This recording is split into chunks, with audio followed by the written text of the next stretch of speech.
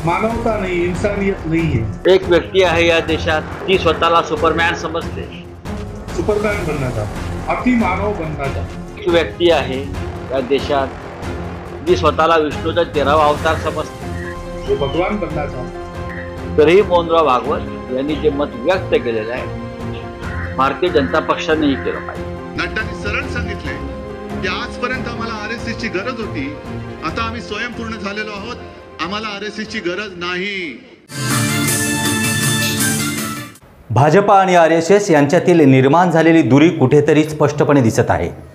नुकतंच मोहन भागवत यांनी केलेलं अस्पष्ट वक्तव्यामुळे सध्या तरी देशभरात खळबळ माजली आहे। नमस्कार, मी स्वप्नील दुधारे, आपण पाहताय देशोन्नती न्यूज। स्वयंसेवक संघ म्हणजेच आरएसएस ही भाजपाची मातृसंस्था मानली जाते। संघाच्या विचारातून जनता पार्टी आणि पुढे भाजपाचा जन्म झाला, असा हा आरएसएसचा इतिहास आहे। राष्ट्रीय स्वयंसेवक संघ हिंदू विचारांच्या हिररीने पुरस्कार करणारी ही संस्था आहे। 1925 साली स्थापना झालेली ही संस्था पुढच्या वर्षी शतक महोत्सवी वर्ष साजरा करेल। गांधीच्या वेळेस घातलेले 2 वेळच्या बंदीनंतर संघटन पुन्हा सुलाखून निघाला। स्वातंत्र्योत्तर काळात बदलत्या सामाजिक स्थितीत संघाने आपला अजेंडा रेटला। या रेटाला जनता पार्टी आणि पुढे भाजपामुळे राजकीय बळ मिळालं। भाजपानं काय करावं याचं उघड मार्गदर्शन सरसंघचालक करत असत। निवडणुका आल्या की संघाचे प्रचारक भाजपाच्या प्रचाराची धुरा सांभाळत असत। वाजपेयी पंतप्रधान असताना आडवाणी आणि मुरली मनोहर जोशी सारखे बडे नेते अनेक मुद्द्यांवरती सरसंघचालक सुदर्शन यांच्याशी चर्चा करायला नागपूर गाठत। संघाशिवाय भाजपाची काडीही हलत नाही असंही बोललं जायचं, पण 2014 पासून हे चित्र बदललं। मोदी शहा यांच्या उदयानंतर संघ काहीसा बाजूला पडला। मोदी शहा दिल्लीतच निर्णय घेऊ लागले। यापूर्वी JP नड्डा यांनी देखील संघाबद्दल एक वक्तव्य केलं होतं, पण नुकतंच आता मोहन भागवत म्हणजे सरसंघचालक मोहन भागवत यांचं एक वक्तव्य मात्र सूचक विधान मानल्या जात आहे। पाहूया नक्की मोहन भागवत काय म्हणाले। मानवता नहीं, इंसानियत नहीं है, वो मनुष्य बन जाए असली पहले। वहां जाने के बाद उसको लगता है लेकिन मनुष्य से कोई होते अति मानव, सुपरमैन कहते, सुपरमैन बनना चाहता, अति मानव बनना चाहता, लेकिन वहां रुकता नहीं। उसको लगता है कि देव बनना चाहिए, वो देवता बनना चाहिए, लेकिन देवता कहते कि हमसे तो भगवान बड़ा है, वो भगवान बनना चाहता। आगे बढ़ने का कोई अंत होता है क्या?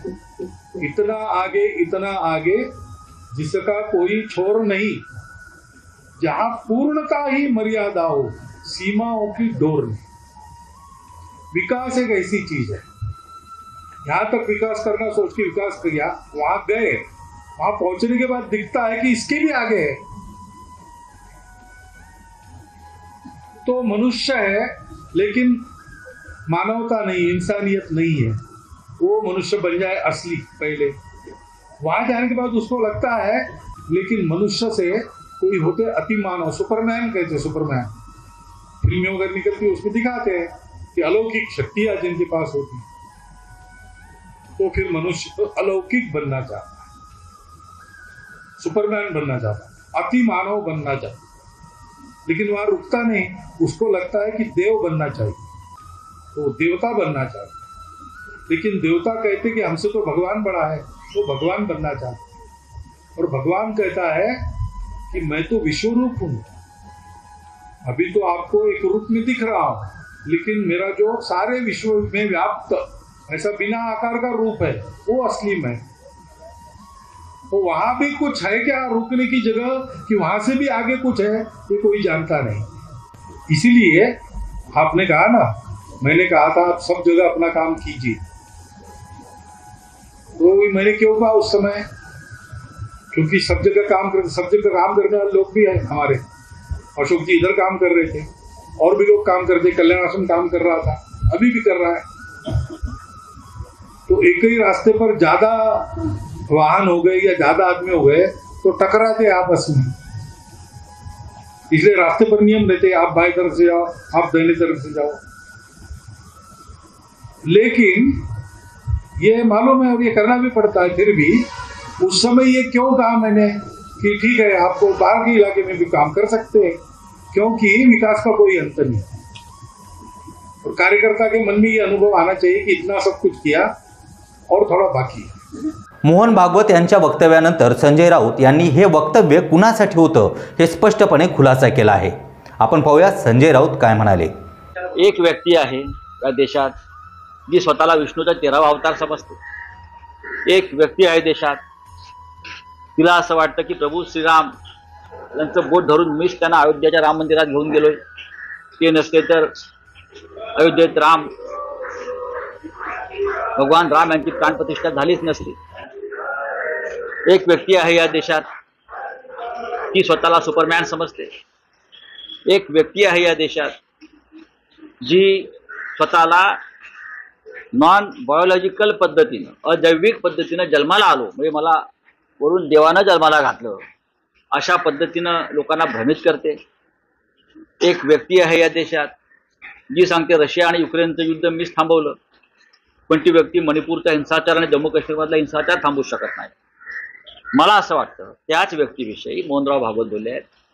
काही लोक स्वतःला सुपरमॅन समजतात, पण या सुपरमॅनच्या पायाखालची सतरंजी बहुमताची ज्या सामान्य माणसानं खेचून घेतली तो कॉमन मॅन हाच सुपरमॅन आहे असं आम्ही मानतो.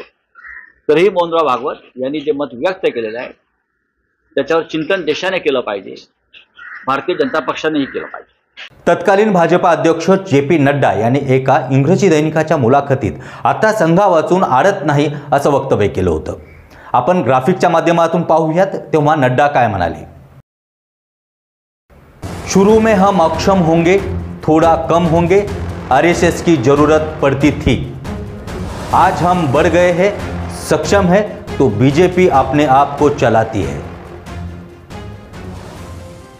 जे.पी. नड्डा यांच्या वक्तव्यामुळे राजकीय वर्तुळात आश्चर्य निर्माण झालं होतं. जे.पी. नड्डा यांना नेमकं काय म्हणायचं होतं, ते असंच का म्हणाले आणि निवडणुकीच्या धामधुमीत नड्डा असं कसं बोलले यावरून देखील प्रतिक्रिया येऊ लागल्या. तेव्हा मात्र भाजपाच्या नेत्यांनी मग लगेच असं नाही किंवा तसं नाही वगैरे सांगायला सुरुवात केली होती. पण भाजपाचे तत्कालीन अध्यक्ष जे.पी. नड्डा यांनी आता भाजपा सक्षम आहे आणि आधीसारखं संघावरती अवलंबून नाही असं वाटतं असं विधान त्यांनी केलं होतं. नड्डा यांच्या या वक्तव्यावरती राजकीय वर्तुळात नुसत्या भुवया उंचवल्या नाही तर नड्डा असं कसं बोलले या चर्चेला देखील तेव्हा उधाण आलं होतं. उद्धव ठाकरे आणि संजय राऊत हे सध्या भाजपाला नंबर 1चा शत्रू मानतात. भाजपाचे नेते देखील या दोघांवरती नेहमीच तुटून पडतात. अशा वातावरणात जे.पी. नड्डा यांच्या वक्तव्यावरून भाजपावरती टीका करायला दोघांना देखील संधी मिळाली होती. पण तेव्हा वारं काही वेगळंच होतं म्हणून हा विषय तेवढा गंभीर घेतला नाही. पण उद्धव ठाकरे यांनी या विषयाला काही सभांमध्ये हात घातला होता. आपण पाहूया तेव्हा उद्धव ठाकरे जे.पी. नड्डा यांच्याबद्दल काय म्हणाले.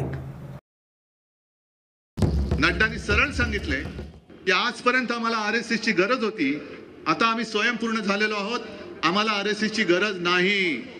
मग आज तुम्ही लिहून ठेवा, हे परत तर सत्तेवर येतच नाहीत. पण आरएसएसच्या कार्यकर्त्यांना सांगतो की हे पुन्हा सत्तेवर आले तर आमच्यापेक्षा धोका तुम्हाला आहे, कारण हे आरएसएस वरती बंदी आणतील. तेव्हा प्रकाश आंबेडकर यांनी देखील सरसंघचालक मोहन भागवत यांना विचारलं होतं की तुम्हाला नरेंद्र मोदी मागच्या 2 वर्षात भेटले का किंवा भेटण्याची वेळ दिली का. पण त्याचं उत्तर अद्यापही आलं नाही असं वक्तव्य प्रकाश आंबेडकर यांनी तेव्हा केलं होतं. मी मध्यंतरी मोहन भागवत यांना असा प्रश्न विचारला होता की मागच्या दोन वर्षामध्ये तुम्हाला पंतप्रधान नरेंद्र मोदी कधी भेटले होते का, तुम्ही भेटायची वेळ मागितली त्यावेळेस तुम्हाला भेटण्याची वेळ दिली का, याचं उत्तर अजून आलं नाही. जे.पी. नड्डाच्या ह्याच्यावरनं सरळ दिसतंय की भारतीय जनता पक्षाला आता आरएसएस नको आहे. राष्ट्रीय स्वयंसेवक संघातर्फे मात्र नड्डा यांच्या या वक्तव्याबद्दल कुठलीही प्रतिक्रिया तेव्हा आली नाही. तशीही संघांकडून कधीच कुठल्याही घडामोडीवरती लगेच प्रतिक्रिया येत नाही. उशीर झाला तरी होऊ देत, पण संघांचे नेते पूर्ण अभ्यास करूनच बोलतात हे आज स्पष्ट दिसून आलं आहे. शेवटी सरसंघचालक मोहन भागवत यांनी आपलं मौन तोललं आणि स्पष्ट नाही पण अस्पष्टरित्या तरी मोदींवरती निशाणा साधला यात काही शंका नाही. असेच व्हिडिओ देशोन्नतीच्या माध्यमातून आम्ही घेऊन येऊ. पाहायला विसरू नका देशोन्नती न्यूज. जर आमचं चॅनल सबस्क्राईब केलं नसेल तर आजच आमच्या चॅनलला सबस्क्राईब करा आणि बेल आयकॉनला क्लिक करा. भेटूया पुढील भागात. तोपर्यंत नमस्कार.